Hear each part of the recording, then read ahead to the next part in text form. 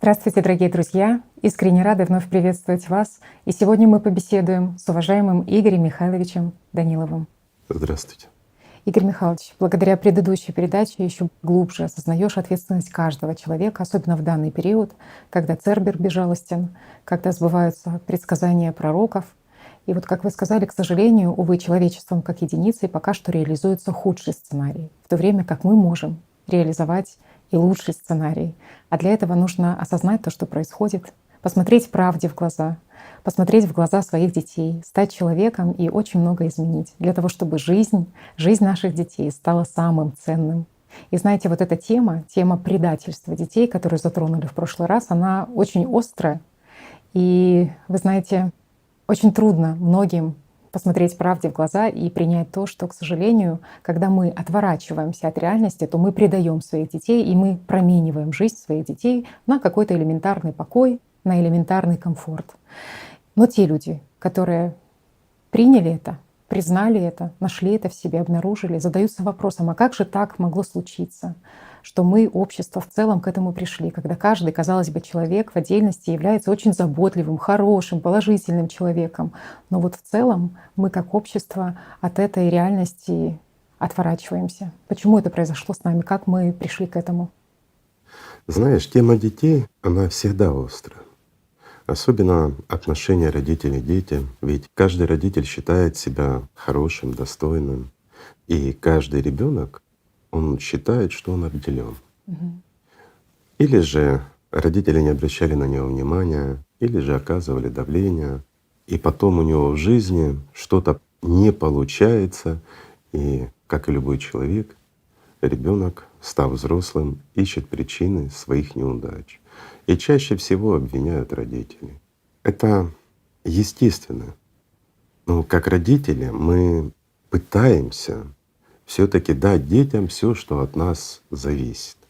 Не все, а есть те, кому все равно, что есть дети, что нету, абсолютно безответственные, но их очень мало. Основная масса — это как раз и есть заботливые родители, которые стремятся улучшить жизнь. И вот почему все, что касается детей, оно всегда очень сильно цепляет людей, особенно родителей. Острая тема. Но то, что мы сказали, это правда. И тот, у кого есть силы внутри, в самом человеке, и кто способен взглянуть правде в глаза, тот это признает. А многие опять-таки прячутся. Прячутся за вот эту вывеску «Я хороший родитель и делаю для ребенка все».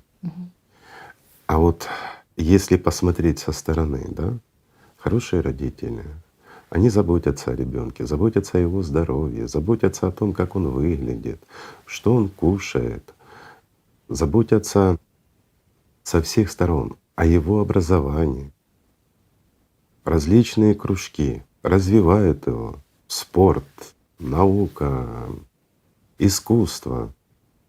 И ребенок развивается всецело. Но а разве даем мы защиту? А что такое хороший родитель и нехороший родитель? Заботливый и незаботливый. И вот здесь вопрос, он всегда тонкий, и психологи много по этому вопросу, скажем, работ сделали, и много у них разногласий.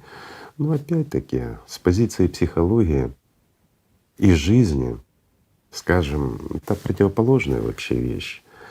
Жизнь и психология. Психологи дают советы, а у самих проблемы с детьми. Это часто и густо. Это мы видели и не раз, к сожалению. Но зато они советуют нам, как правильно вести себя с ребенком, как правильно его воспитывать, развивать. Порой у родителей возникают трудности даже в общении, в элементарном понимании. А что мы не понимаем? И вот здесь простой вопрос. Мы не понимаем того, что ребенок, даже еще будучи маленьким, он индивидуум. Он такой, какой он есть. И как бы мы ни влияли на его характер, он все равно будет тем, кем он будет.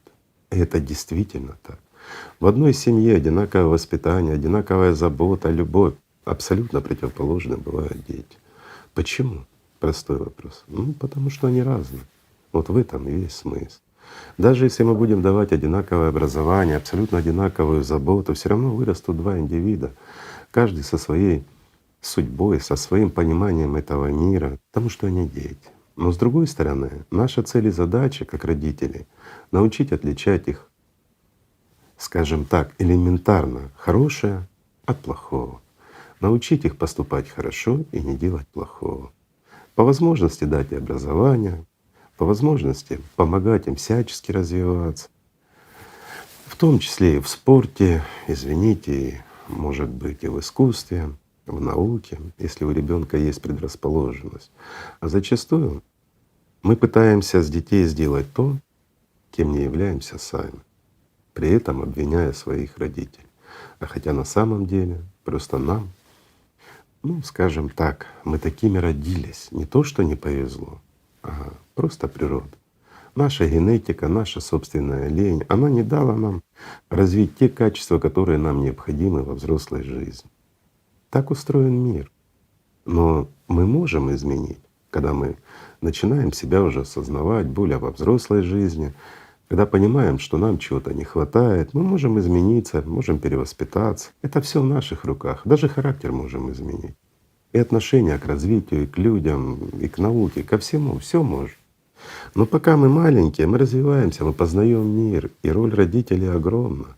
Ведь ребенку крайне тяжело вырасти без родителей, особенно тех, кто рос без родителей, те прекрасно это понимают, насколько это сложно, или неполноценная семья, когда не хватает отца или матери. Тяжело ребенку. Он чувствует себя, скажем, обделенным. Особенно когда у его друзей есть полноценная семья, есть забота, есть достаток. Тогда таким деткам тяжело.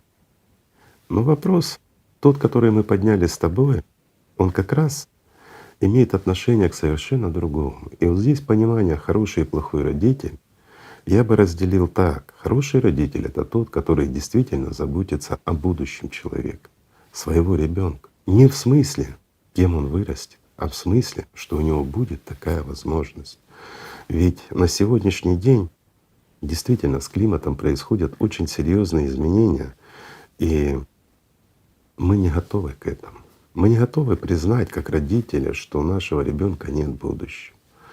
И многие на сегодня пытаются всячески развить ребенка, дать ему хорошее образование, развить его как спортсмена, ну, тех, кто видит в спорте перспективы, будущее, или наоборот в науку, неважно, в музыку. Ребенка учат играть на пианино, на скрипке, чтобы он развивался всячески. А вот у меня возникает вопрос: это все хорошо, конечно, да, но вопрос простой. Скажите, а перед климатом, перед теми изменениями, которые происходят и прогрессируют, и всем уже понятно, что в ближайшее будущее все лишь усугубится, кто будет иметь преимущество? Музыканты или футболисты? Ну так вот, действительно. Или знание множества языков ребенка спасет его от землетрясения, от завала. Но это правда. Но мы не хотим этого видеть. Мы это отрицаем. Мы отрицаем то, на что не можем повлиять. Выход есть. И выход, который дает шанс и нам, и нашим детям, скажем, выжить в ближайшем будущем. Не когда-то там, через 10 тысяч лет или через 100 лет. Дай Бог, чтобы у нас были еще 10 лет. Дай Бог. Но судя по прошлому и нынешнему году, мы видим, что происходит. И мы прекрасно понимаем, что вот эти 5-7 лет, ну это вообще ни о чем. Это быстро пролетающее время. И представьте, при той тенденции прогрессирования климатических изменений, сколько погибнет людей в эти ближайшие 5-7 лет, когда начнутся катастрофические изменения. И вот казалось бы, мы не можем повлиять на это, ведь это природа. Но опять-таки, а почему мы так думаем? Это выученная беспомощность, по-другому не скажешь. Ведь в действительности, будучи родителями, мы смотрим, как погибают где-то дети. Войны, преступления. Кто-то просто каждый год ворует миллионы детей, и они пропадают, и их не могут найти. Плюс климат. Он унес в этом году массу жизней детей. Но нас это не трогало. Ведь так? Давайте возьмем Гавайи. Дети горели заживо. Дети. Они горели. А мы в это время играли со своими детками и думали, на какой кружок их отвести, как их развить так, чтобы они в будущей жизни кем-то стали. Но мы не думали о тех детках, которые горели. Мы не думали о тех детках, которые были под завалами, когда обрушились их дома. Ведь мы не держали их за руку, оставшись живы. И мы не видели, как угасает ихняя жизнь в то время, когда мы держим своего ребенка за руку, и она остывает, а мы ничего не можем сделать, потому что некому помочь. Я когда смотрел эти кадры, знаешь, я многое видел, а все равно больно. Больно за ребенка, больно за родителей. И больно, пожалуй, это самая страшная боль. Боль за то, что есть родители, которые не понимают всей серьезности сложившейся ситуации. Есть родители, которые в действительности не заботятся о своих детях. Да, они дают им все, но не дают основного — будущего. Потому что для того, чтобы дать им будущее, родителям нужно самим трезво посмотреть по сторонам, обратить внимание на те угрозы, которые в действительности сегодня есть. И не сказать, что я не могу повлиять ни на войны, я не могу повлиять на климат, а понять одно, что все вместе мы можем повлиять. Да, у нас будет шанс, но если не все вместе, то у нас не будет никакого шанса ни у нас, ни у наших детей. И судьба у всех уже предрешена. И неважно, в какого Бога вы верите или в какую религию вы посвящаете свое дитя. Скажите, разве христиане, иудеи, мусульмане умирают по-разному? Или по-разному они рождаются? Или у них разная послесмертная судьба? Вот вам и ответ, что такое религия. Бог присылал своих посланников. Бог один. Да, посланники были разные, но они говорили об одном и том же. А мы создали из этого учения, из воли нашего Бога массу религий, которые нас разделили, которыми мы манипулировали друг другом на протяжении тысяч лет. И в конечном счете, даже сейчас, перед лицом глобальных катастрофических изменений в этом мире, перед угрозой существования всего человечества, мы остаемся рабами. Рабами своего сознания, рабами своих привычек, рабами мнений своего соседа о тебе. Но мы забываем, что мы родители. Мы забываем о собственной ответственности за жизнь своих детей.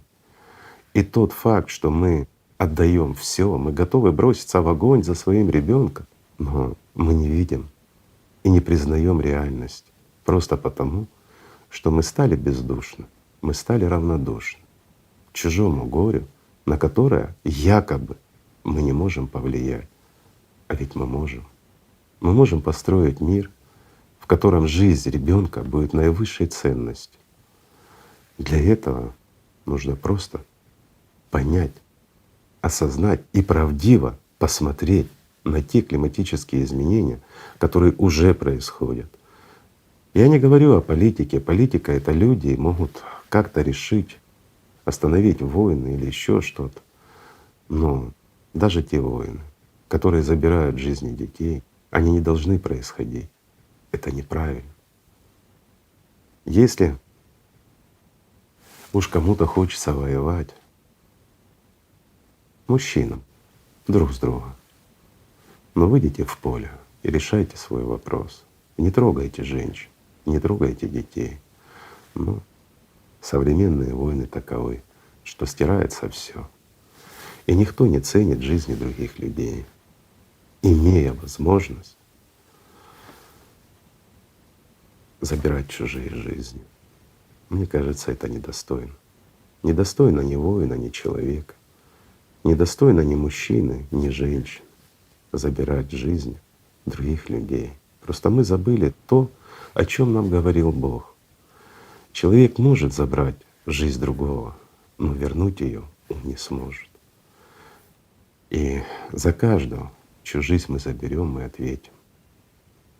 Это так. Мы не вправе решать, кому жить, а кому умереть. Но когда берем мы на себя функцию Бога, мы слишком возносимся. Но это же так. Да, мы можем. Мы можем организовать войны, мы можем забрать чью-то жизнь. Можем. Потому что так устроен этот мир. Но в том-то и смысл, чтобы в нас была милость, чтобы в нас была человечность. Но когда происходит подобное, и мы, как родители, мы понимаем, что мы не можем ни на что повлиять, ничего изменить, то мы прячемся. Просто прячемся в иллюзии. В иллюзию заботы о ребенке, о его здоровье, чтобы он был сыт, хорошо одет, чтобы он получал достойное образование. А для чего ему это образование и как оно повлияет на него в ближайшем будущем? И вот и ответ. Это правда. Также и касательно религии. Мы не видим простых вещей, что в этом мире нет святых мест. Везде, во всех святых местах уже происходят серьезные климатические изменения. А если бы они были святые, по-настоящему святые, разве могли бы там происходить такие разрушения? Конечно же нет. Разве могут они разрушиться? Ведь они святые. Что такое святость? И кто святой? Святой Бог, мир духовный. Пророки, которые здесь были, они святые, потому что они давали нам возможность обрести жизнь вечную. Они передавали волю Бога нашего, чтоб мы стали людьми, чтоб перестали убивать друг друга, чтоб научились любить и уважать друг друга, чтоб мы были едины, и чтоб мы построили такой мир, в котором не будут ни исчезать, ни погибать дети. И мы это можем.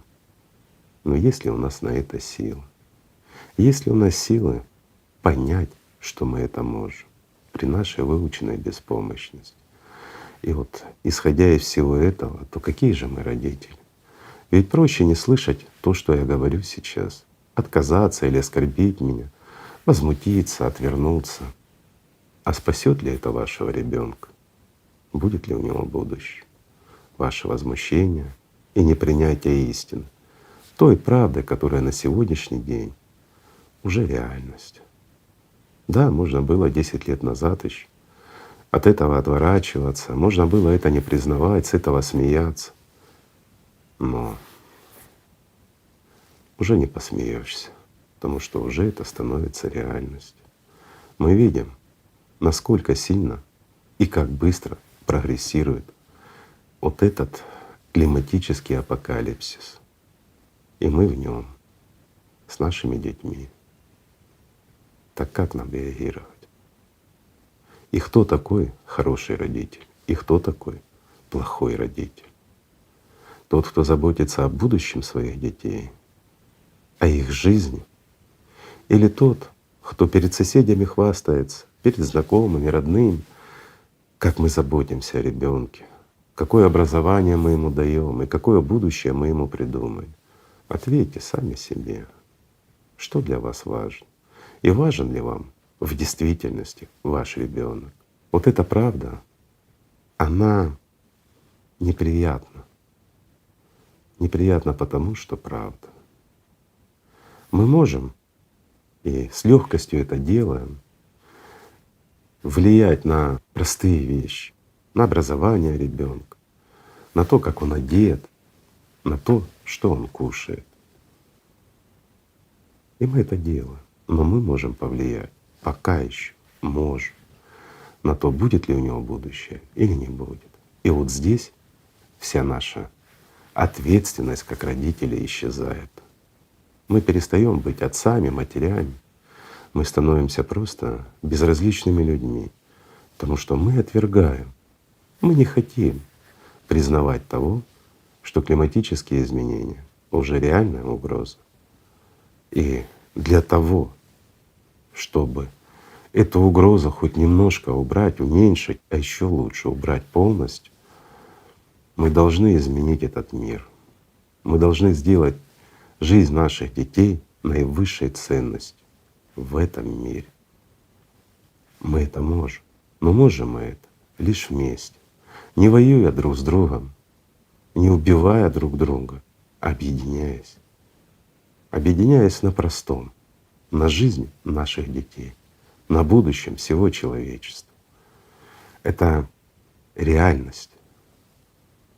Как бы мы ни хотели, но если мы этого не сделаем, у нас не будет будущего.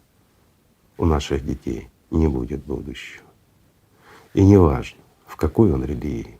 Ответьте на простой вопрос. Если, к примеру, друг мой, ты посещаешь синагогу, как положено, скажите, если ваша квартира на 9 этаже, к примеру, и во время землетрясения ваш дом разрушится, ваша квартира останется целой, висеть в воздухе, вас спасет Яхве? Простой вопрос. Ведь вы же выполняете все как положено. Те же вопросы относятся и к представителям других религий. Да, многие скажут, на то воля Бога или Аллаха. Как захочет, так и будет. Скажите, разве Бог хочет, чтобы умирали дети? Разве Бог хочет, чтобы страдали мы, наши дети? Разве Бог хочет, чтобы мы убивали друг друга? Вспомните слова наших пророков. Вспомните, о чем они нам говорили. Ведь они говорили: не убей. Они говорили: любите и уважайте друг друга. Заботьтесь друг о друге. А что делаем мы? И вот эта правда в эти дни очень неприятно и больно звучит для многих. И мы не способны, как родители, осознать все угрозы, той реальной угрозы, которая на сегодняшний день есть для будущего наших детей. Мы не способны, в действительности не способны оценить всех масштабов, катастрофических масштабов изменений климата. Не потому, что у нас не хватает ума. Нет, потому что мы прячемся от этого. Мы это не признаем, откладываем на потом. Даже если мы попали в какой-то эпицентр событий, но они ж прошли, и мы выжили. Значит, все будет хорошо, оно ж не повторится. Снаряд 2 раза в одно место не попадает. Так и здесь произошло землетрясение, и все хорошо. А вы посмотрите на Афганистан. Посмотрите, что происходит. Посмотрите на Турцию, что пережили бедные люди. Посмотрите на другие части мира, что произошло только в этом году. Разве кто-то вам может дать гарантию, что завтра вы со своим ребенком будете так же в безопасности, как сейчас? Никто вам не даст этой гарантии. Знаете почему? Потому что как родители мы не берем на себя ответственность за жизнь, будущую жизнь наших детей. А вот если бы мы были настоящие заботливые родители, мы бы не боялись этого. Мы бы взяли эту ответственность на себя. И мы бы сделали все для того, чтобы сохранить жизнь нашему ребенку. Мы бы изучили все, что происходит с климатом. Сами просчитали, поняли, осознали и поступили так, как должны поступить родители. И тогда вся острота этого вопроса, она бы ушла на задний план, потому что мы бы действовали как разумные взрослые люди в заботе о своем ребенке и о других детях. Ведь нет чужих детей. А порой мы проходим мимо чужих страданий. Ведь сколько раз многие из нас проходили мимо человека, лежащего на тротуаре, и нам сознание говорило: человек пьяный, не наше дело. Также мы проходили мимо того, когда страдали дети, когда страдали другие люди. А почему мы так поступаем? Не хотим вмешиваться в чужую жизнь. Скажите, а если в обществе доминирует вот эта отрешенность от чужой беды, кто придет на помощь вашему ребенку? Спасибо. Большое спасибо, Игорь Михайлович. Спасибо вам, друзья. Мир вам и любви Божией.